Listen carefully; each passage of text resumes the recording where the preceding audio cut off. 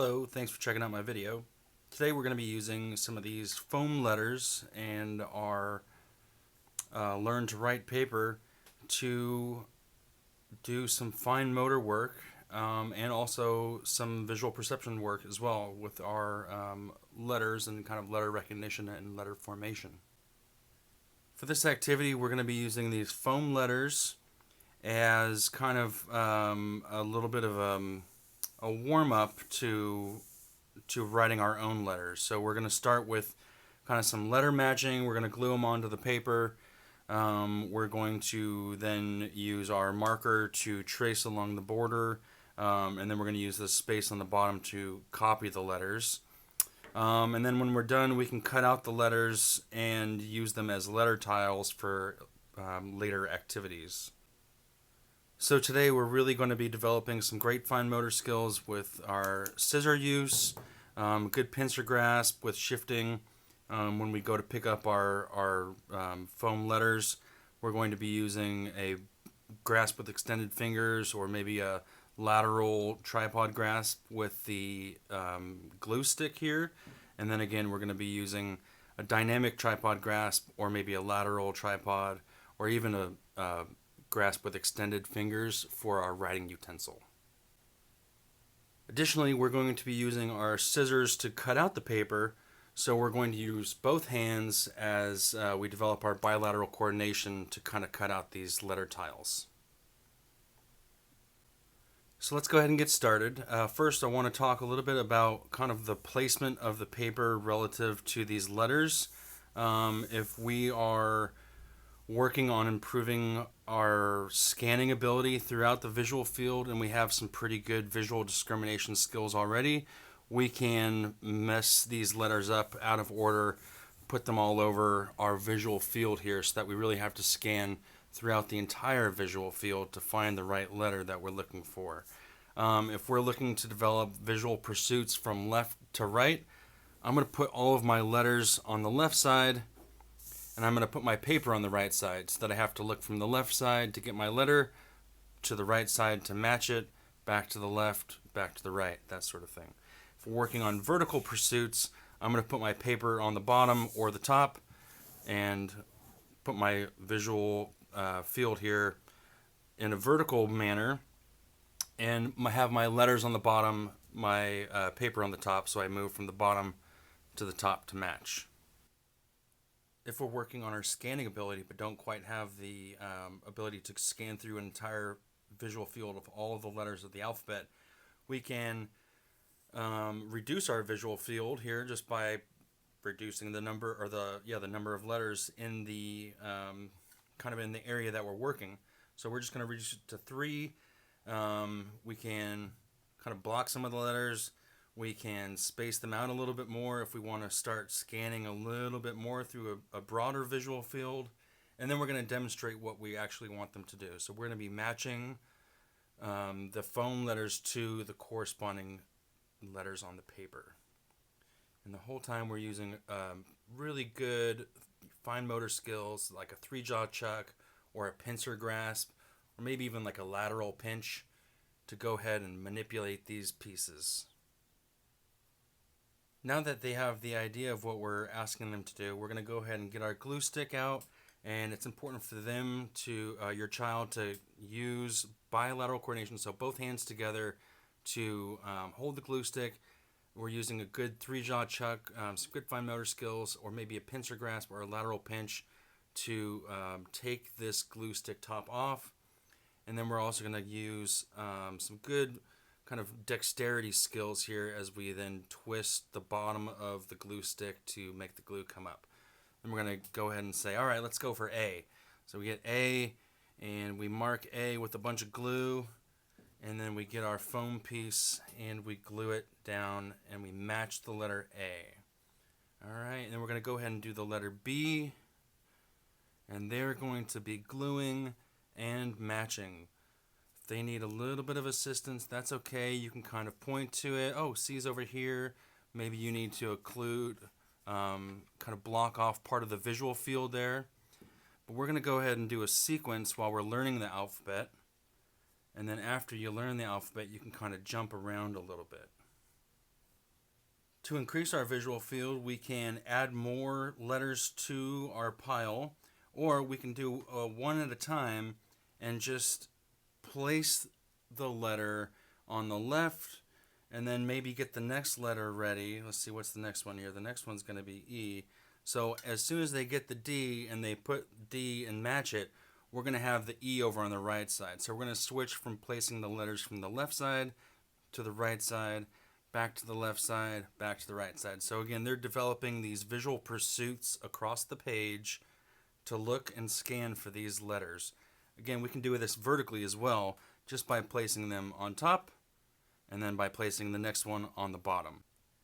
Now that you've got a couple different variations of where to place the letters and how to assist your child to develop visual pursuits and scanning, we are going to have them finish the exercise by completing the rest of the alphabet.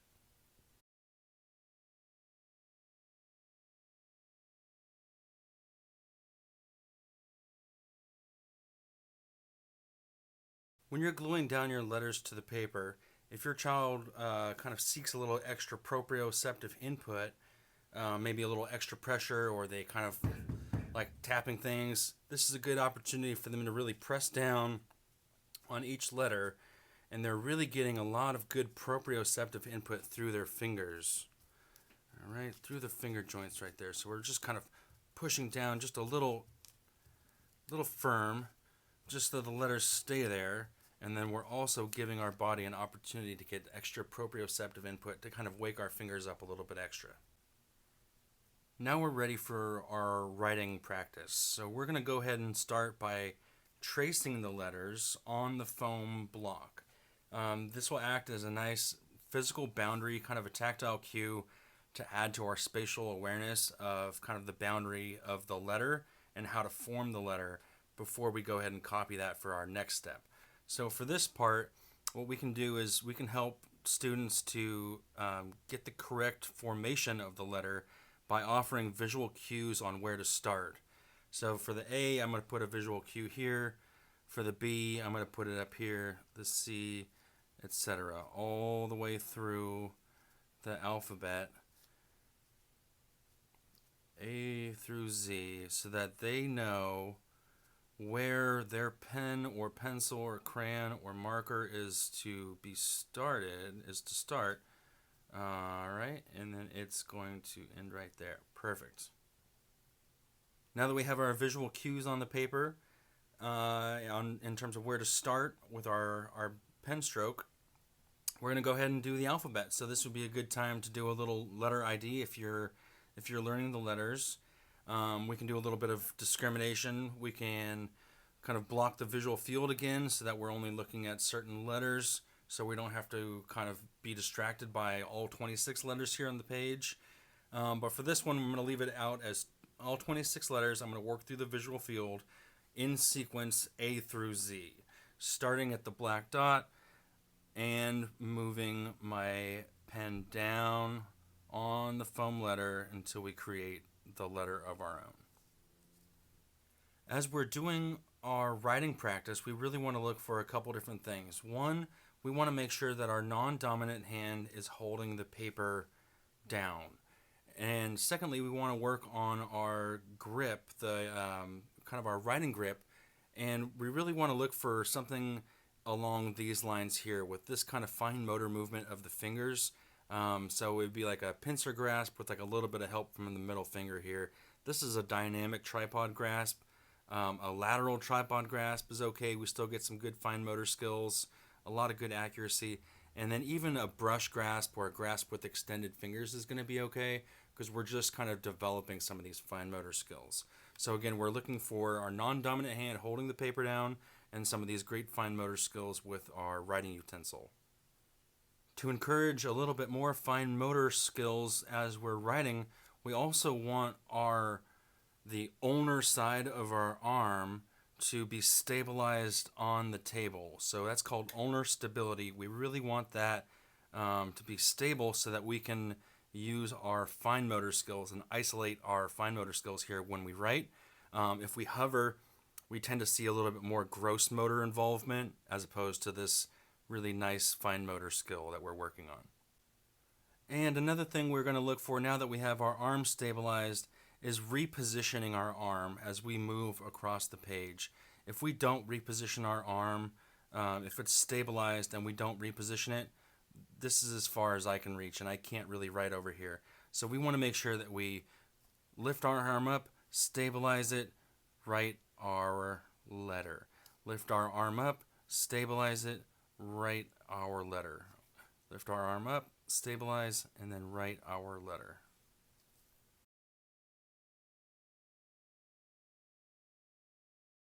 Now that we've traced our letters with the tactile and visual cues of the foam letters, we're going to go ahead and copy these letters now onto these shaded squares. So the shaded squares are going to act as a visual cue to help your student identify some physical boundaries or the kind of spatial awareness side of writing, so that we don't have letters that are beyond the baseline or above the top line.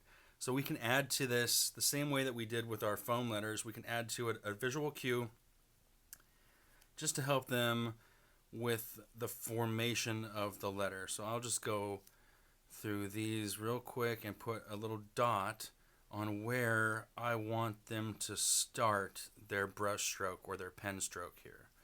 So I'm going to go through and do all of them. L, M, N, O, P, oops, Q's over here, R, S, T, U, V, W, X, Y, and Z. And you'll notice that the majority of them do start on the top left corner, with the exception of some of these, A or J, for example, that's in the middle, or the ones that start on the right, like C or G or S.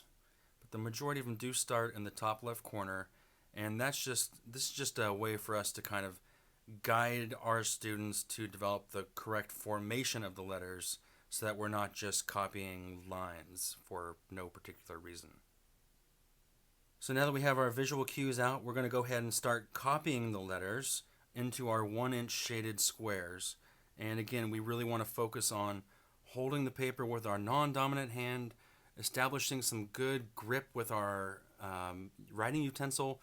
So dynamic tripod grasp, lateral grasp, maybe a grasp with extended fingers, and then also stabilizing, again, we're stabilizing the ulnar side of our arm, our writing arm, so that we can use fine motor skills when we write. Going to our visual cue, copying our letter, A, B, C, D, etc.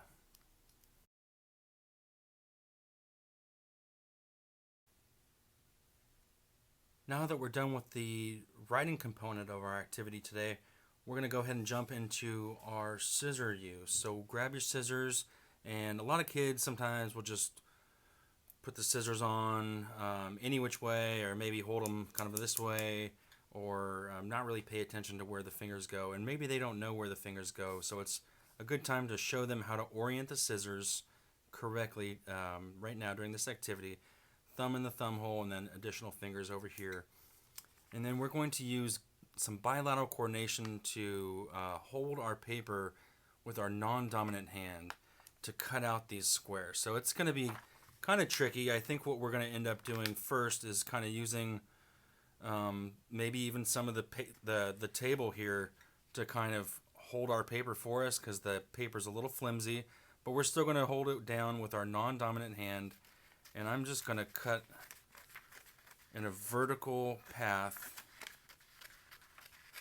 out this first section right here, and just get that out of the way. And then I'm going to go to the next section using my non-dominant hand. Now the paper's not as flimsy, so maybe you can hold it during this point in time. And again, we're cutting in a vertical line. We're not really moving around too much. So now we have 3 strips of letters that we are going to be able to cut into letter squares if we'd like. So to make your letter squares, we can either make use of these as well, or just discard them altogether, whatever you like. I'm going to save these for a later project for me. So I'm going to keep these out and put these over here. But I'm going to go ahead and separate the foam part from, I better go over here, Jay. I'm going to separate the foam part from the paper copied version here on this side, just so we can start to use these little foam ones as manipulatives or for maybe spelling, once we get into some of our spelling stuff. So I'm finishing this up right there. And now I'm going to go back here and we're going to cut from a little bit out of order here. But we're going to just cut these into individual little tiles. So we're going to separate these guys here. This is really kind of just working on our snipping here in a straight line. We're working on our scissor skills and also our bilateral coordination. We're really getting some good bilateral coordination here with our non-dominant hand holding the paper as we cut. Make sure we get our fingers out of the way. We don't want to cut ourselves as we use our scissors.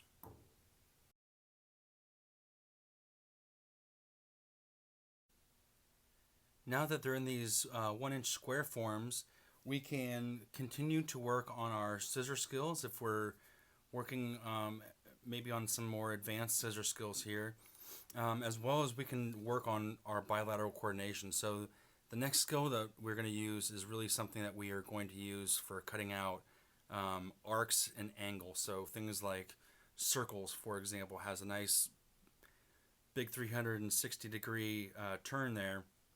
So we can't just treat it as a vertical snip. We're going to really have to start pronating our scissor hand, and we're also going to have to start kind of deviating a little bit and rotating the paper a little bit as we cut. So for this particular purpose, I'm going to just go ahead and kind of cut out a circular shape. It doesn't have to be a perfect circle or anything. I just want to practice is all. I just want to practice using my right hand with my scissors to pronate and to kind of turn it over as I'm turning my scissors around in the circle. And also I'm practicing with my non-dominant hand turning the piece of paper. Alright, so I'm going to do that again with B. It doesn't necessarily need to be a circle, but I'm going to, again, practice. I'm just practicing. So I'm really working on my scissor skills here today.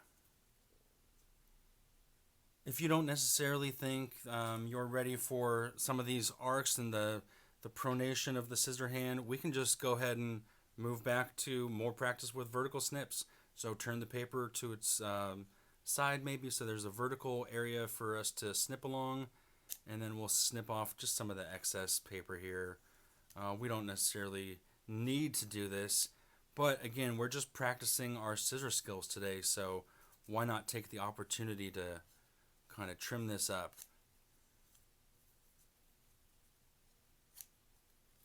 I'm just going to go through I.